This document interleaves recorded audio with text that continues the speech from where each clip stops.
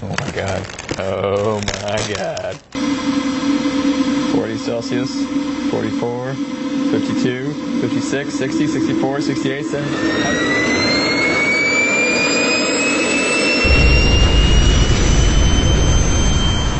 You want some?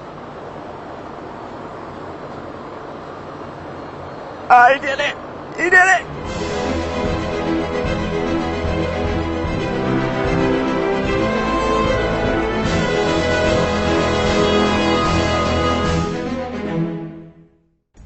Hey guys, I'm the Hacksmith, and my team and I take fictional ideas and make real working prototypes. One of our biggest projects yet has been trying to build a system to let me fly like Iron Man. It all started out as a joke when we cracked 100,000 subscribers. I tried strapping model rocket engines to my wrist to see if I could hover. It almost worked too. In fact, if we got bigger model rocket engines, we probably could have hovered, at least for a few seconds. But unfortunately, that wouldn't have been very legal. So we decided to move on to a more sustainable idea, using EDFs, electric ducted fans. They're basically electric jet engines. The issue, however, is the smaller they are, the less efficient they are, which means you can't get very powerful EDFs. That being said, I was able to hover with a counterweight system. Unfortunately, I was just too fat. I'm too fat to fly without counterweights. So we're looking into something a bit more powerful, and that's a jet engine. Now, the tricky part is jet engines are kind of hard to control and not very ideal for vertical takeoff situations like this. So our revised plan is to use EDFs to stabilize my flight and a jet engine, or two, to provide the majority of the thrust. Now, thanks to you guys for supporting our last video sponsor, we were able to order a jet engine. And it should be coming, I think it's here. Let's get this thing open. Ooh. Is this the edible kind? Only one way to find out. Oh no! It's not the jet engine. It's just the oil for the jet engine. So you mix this with the jet fuel so that it... The jet fuel, the diesel. I thought we were going to play with the jet engine today. It makes sense. That box seems a little small. Alright, back to being bored. Day 2. We think this is the jet engine now. I don't think we have any more jet oil fuel coming, right? I don't think so. Hopefully. Well, there might be some in here. Maybe. So if this is what we think it is, it's the King Tech G310J? Or is it J310G? Yes, sir. Ooh, is that big? Oh my god. Oh my god. Someone's gonna get hurt. Purchasing this was a bad business idea. Isn't that it? It's even got that burnished color. Yeah. Like, do they purposely do that, or that's from the heat? It might be just from the heat, actually. Yeah, that's tiny. It looked bigger in the picture. This looks like the fuel pump. Again, tiny. Yeah. I'm surprised this is able to put out enough fuel. These things guzzle diesel. Is this the electric motor? I think this might be the electric motor for starting. Here. Hey, it comes with its own lithium-ion battery? Oh, it's so cute. How do you charge this stuff? Yay, plugging random things in. We should probably set this up properly before messing around with it.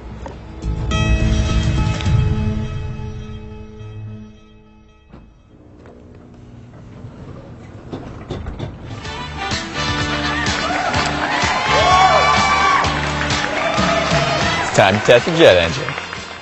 So the manual says to stay 15 meters behind? 15 feet. 15 feet, okay. Does this look like 15 feet? Yeah, roughly. Alright. Everybody ready? Start on. So it's going to go through 3 stages. First, it's going to spin it up and ignite the fuels that are already in the chamber. Now the ignition, it warmed up the glow plug. Now it's on stage 1. So what it's going to do is it's going to input a little bit of fuel to get the engine up to 75 degrees Celsius. Chances are it's cold outside, so it might actually fail stage 1. Because it has a time limit. Heating up, it's at... I see some steam coming out. 40 degrees right now. So it's at 40 degrees, it's trying to get to 76 degrees. Love the smell of fresh diesel in the morning. Starter on. So it's going to start heating up. Ignition, 74 degrees Celsius. There we go, stage 2. Now it's going to try to get...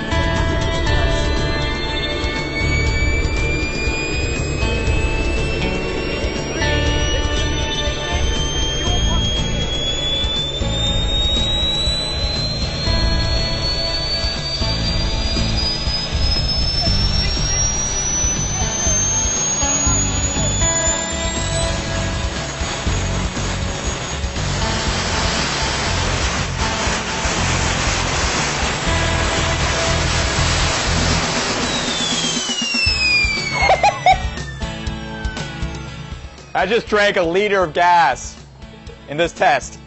A whole liter. It's gone now. I don't want to strap that to my body. I bought that gas can just for you. I was like, that's a cool gas can. Brogdon would like that. So this is 5% turbine oil. Why are you spilling everything? And the rest is diesel. Because this actually runs better with diesel than it does with jet fuel. How awesome is that?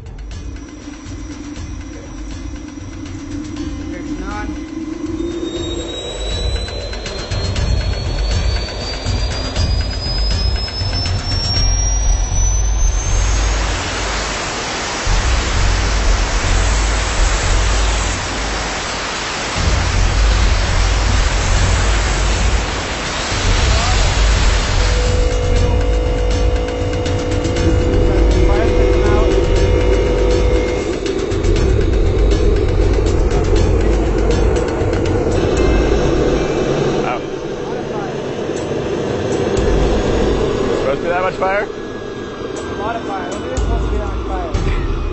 It's a lot of fire. It is. The neighborhood must hate us. Like, how loud is this out on the street? I don't know.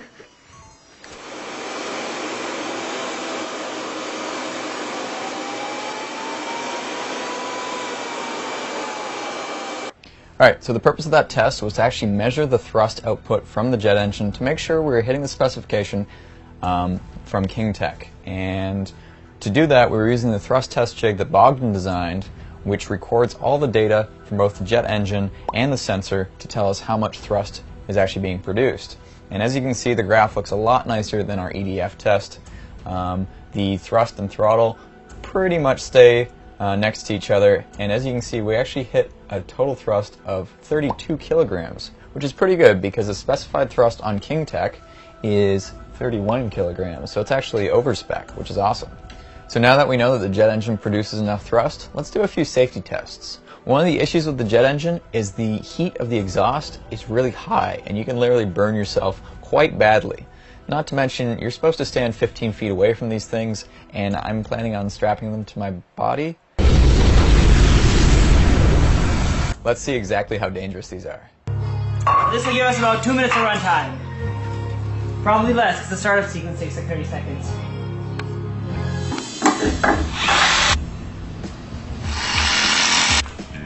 This I haven't seen better days, but we don't really want to wreck a brand new one. So we're going to use this guy, who survived the rebar crossbow video. I mean, the back of his head didn't, but his face is still pretty good, so we'll be able to see the face melting in action. Probably. I think so. Yay.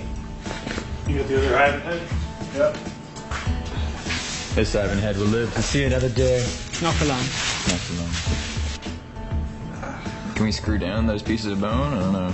Or strap down, maybe?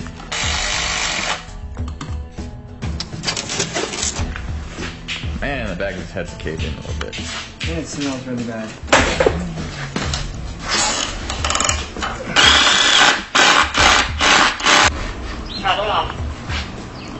All good?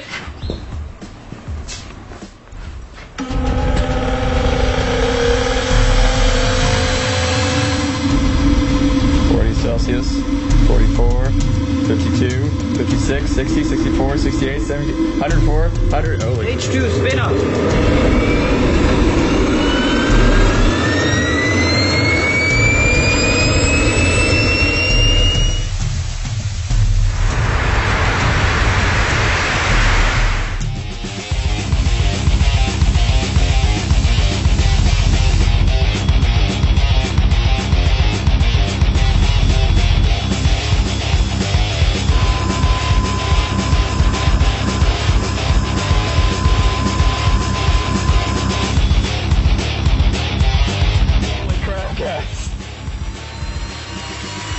His face is gone. It's gone. It's gone. That only got to 600 degrees. That wasn't max temperature. Alright, so for test 2, we're just going to use a regular styrofoam test. In retrospect, this probably should have been the first test we did, but I think it's, like, completely gone. What are you thinking? See what happens.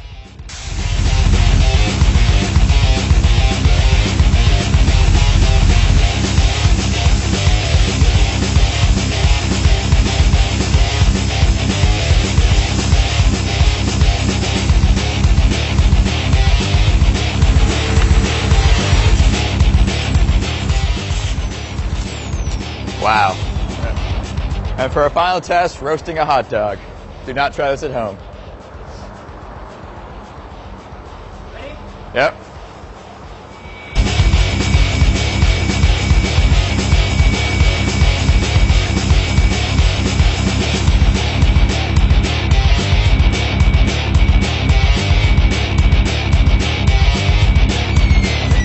It ripped itself to pieces more than cooking.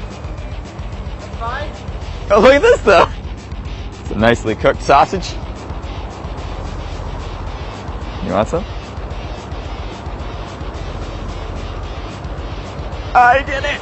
He did it! Alright, that was freaking awesome. Though I am getting a bit nervous about strapping jet engines anywhere near my body. Anyways, you guys might be wondering, what exactly is our design? Well, we have this really rough mock-up that we made in SOLIDWORKS showing the basic concept for our initial tests. Now this is basically a platform we're going to build to see if we can actually make a system that works as a hybrid between jet engines and EDFs. Once we have that working is when we can start shrinking it down and hopefully end up flying like Iron Man. Anyway, we should be getting the Schubler EDF very soon, which can put out about 24 kilograms of thrust. And we'll be doing similar tests that we did with the jet engine, and then we're going to start seeing if we can get them to work together, as well as probably a few more sponsorships to see if we can get more jet engines. Because remember, the goal here is to not need to be a really good pilot. The system should do all the stabilization for you, hopefully resulting in my life continuing and not ending in a fiery ball of fire. For Ian's 3D model animation of the platform, you might need some sound effects, so...